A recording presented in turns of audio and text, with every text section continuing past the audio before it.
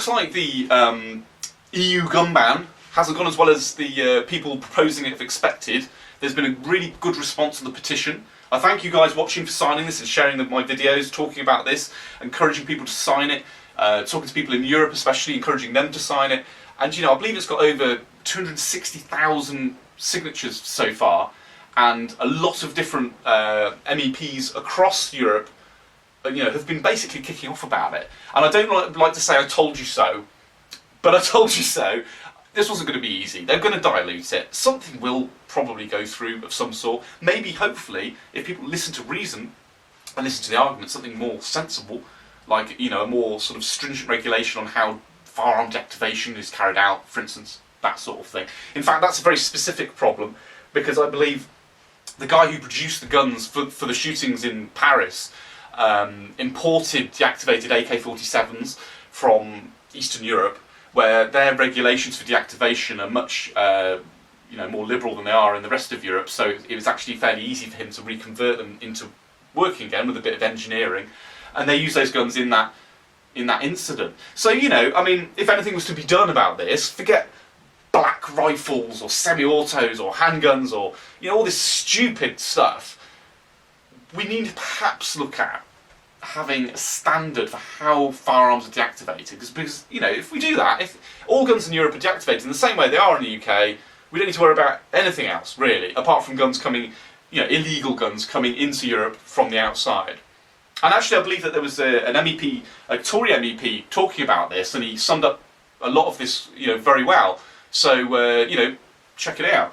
But it needs to be sensible, achievable and enforceable, and not create a whole load more illegal firearms, because our problem is illegal firearms. We can't trace them, and they are the ones that are most often used in crime and terrorist attacks. So I mean, I have two sort of general questions for the Commission. First of all, with regards to the ban on deactivated weapons. Now, there are hundreds of thousands of these in circulation. No records exist. If you ban them overnight, aren't you just going to drive these all underground and create a whole load more illegal firearms, because people will have to get rid of them? So I have real concerns about what you're doing here. Deactivated weapons, by definition, can't be used. I mean, once you reactivate them, then they become illegal, and it's a significant hassle to reactivate them. And I suspect people that are looking to get these firearms are, going to look probably for other means. So you can see he made a lot of sense. Really, if you've got especially deactivated firearms, if you suddenly ban them, there could be like literally 1 million of them in Europe, or more than that. We don't even know how many there are, because legally they're just paperweights. So if we make those suddenly illegal, I mean, they're full of, museums and places like that as well, not just collectors, everywhere. Well, what are they going to do with them? I mean, they'll sell them on the black market if they're worth anything, and who on the black market is going to want them? Apart from criminals who'll try and convert them, I guess. I mean, as I said, if they're deactivated in the UK or many other countries, that would be very difficult for them to do. But the glut in supply would mean they'd be worth virtually nothing, and there'd be a demand there from certain people, and so it becomes a viable option. It becomes perhaps a new problem just by making them illegal in the first place. What we really need to do is look at how we deal with legal firearms as they are. Not ban them or anything, just make sure that, if guns are travelling from one country to another, making sure that there's a consistent set of legislation for making sure that that's all done properly, and make sure that illegal firearms aren't coming in from, outside. It's a no-brainer, really. But I'm surprised how well this has come along, and I'm really pleased to see it.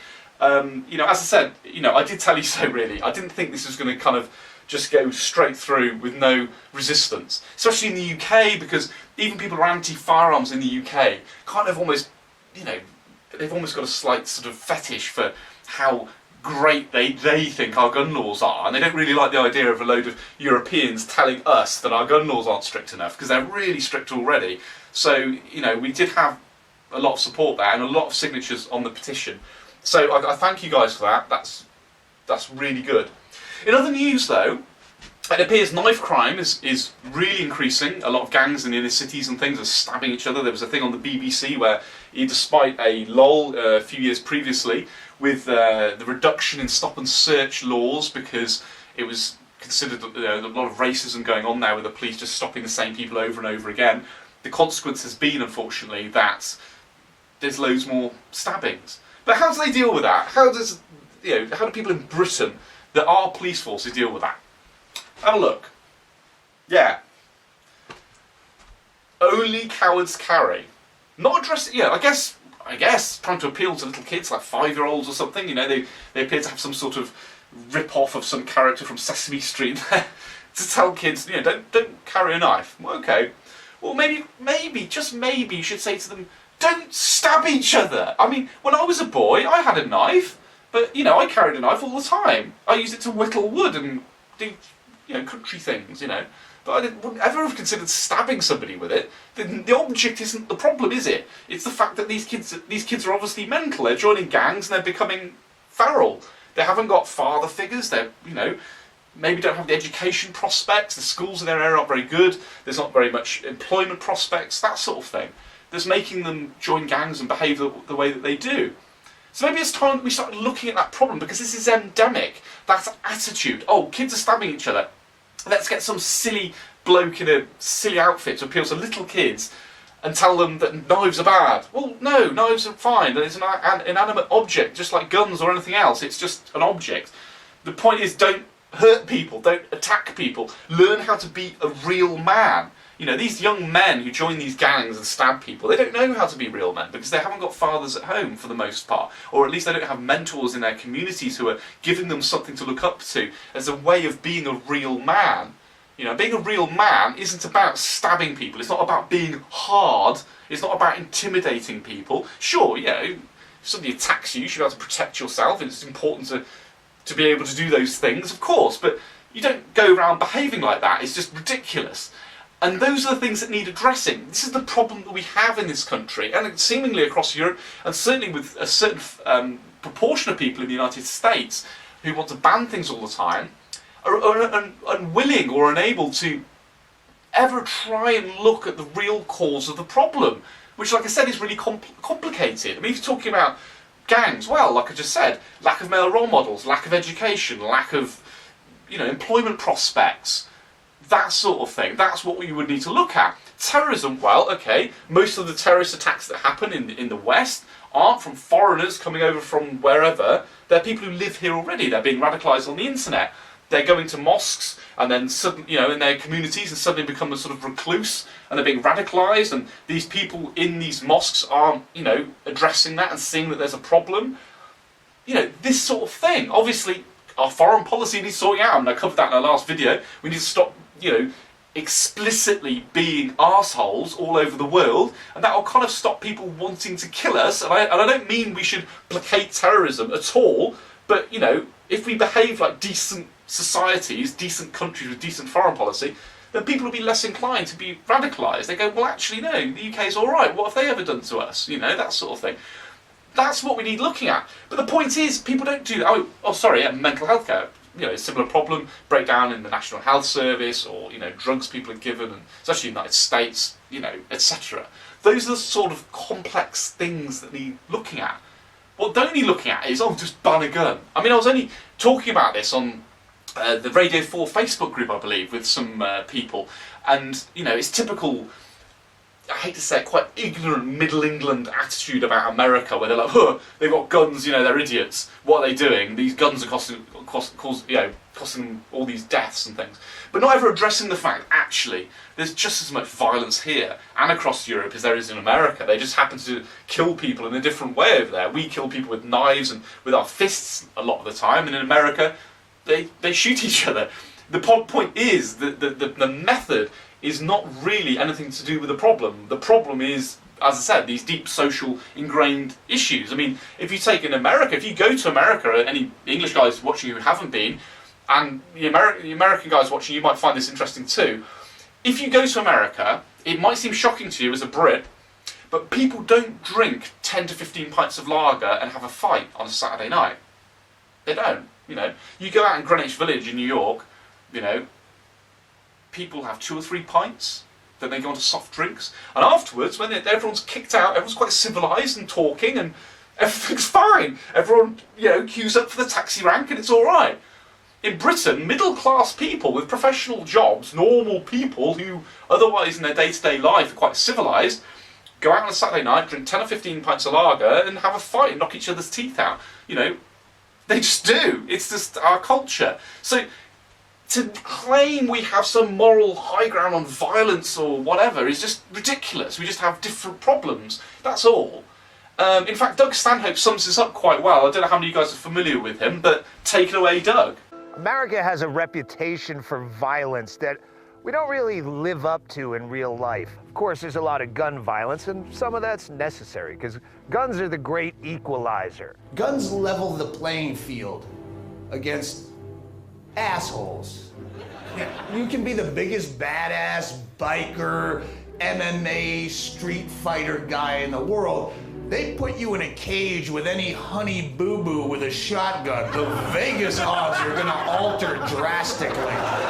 America promotes violence, and we make violent movies, and we exploit the shit out of violent news stories. ABC's Jim Avila has our coverage of the deadly rampage. But when it comes to day-to-day street violence that you see, is mostly all shit talk, braggadocio, chest bumping, everyone waiting for the bouncer to come in and break it up. As opposed to in the UK, where you're the most violent people I've ever seen in my life. Where on any given Tuesday night when the pubs close, it's just like UFC in the streets. You don't know which corner to look at. Just people beating the shit out of each other for no particular reason even. It's not even, did you look at my girl? It's just, where are you from? Across the street?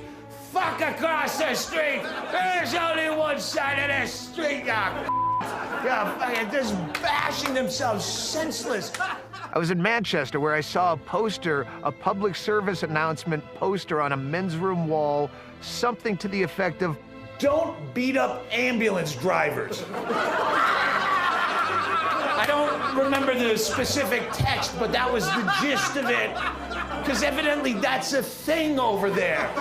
I think the difference is, in the United States, we don't have free universal health care, and we do have guns. And that makes you think twice before you take a swing at a guy over a pool game. I want to hit that guy, but even if I just chipped a tooth, that's like $1,500 to fix. I can't pay for that, and the guy might be packing. Over there, you have free health care, and you don't have guns. So why not take the risk of beating each other's heads in like knotted gourds? At worst case scenario, the state picks up the tab to fix it. Now, I'm not being facetious here, but he does have a point. He really does, you know.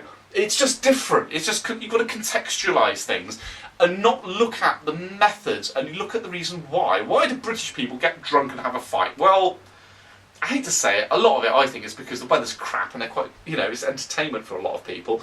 I guess, you know, we do have this drinking culture and all the rest of it. In America, people they're not inclined to do that. But, you know, there are problems with mental health, there's problems with gangs and that sort of thing, you know, which are more like our knife crime problems actually, but they're different. It's just a different context. So you have to look at things like that and then see, well, what can we do to fix that?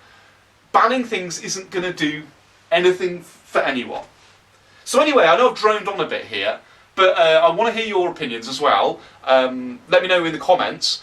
Keep people up on this petition, by the way. I'll put a link again in the description because this isn't over yet with the EU gun ban. It's still, you know, there are still vested interests trying to push this through, and we need to be vigilant. So keep writing letters to your MP and get people to sign the petition. So either way, I hope you enjoyed that. Like and subscribe.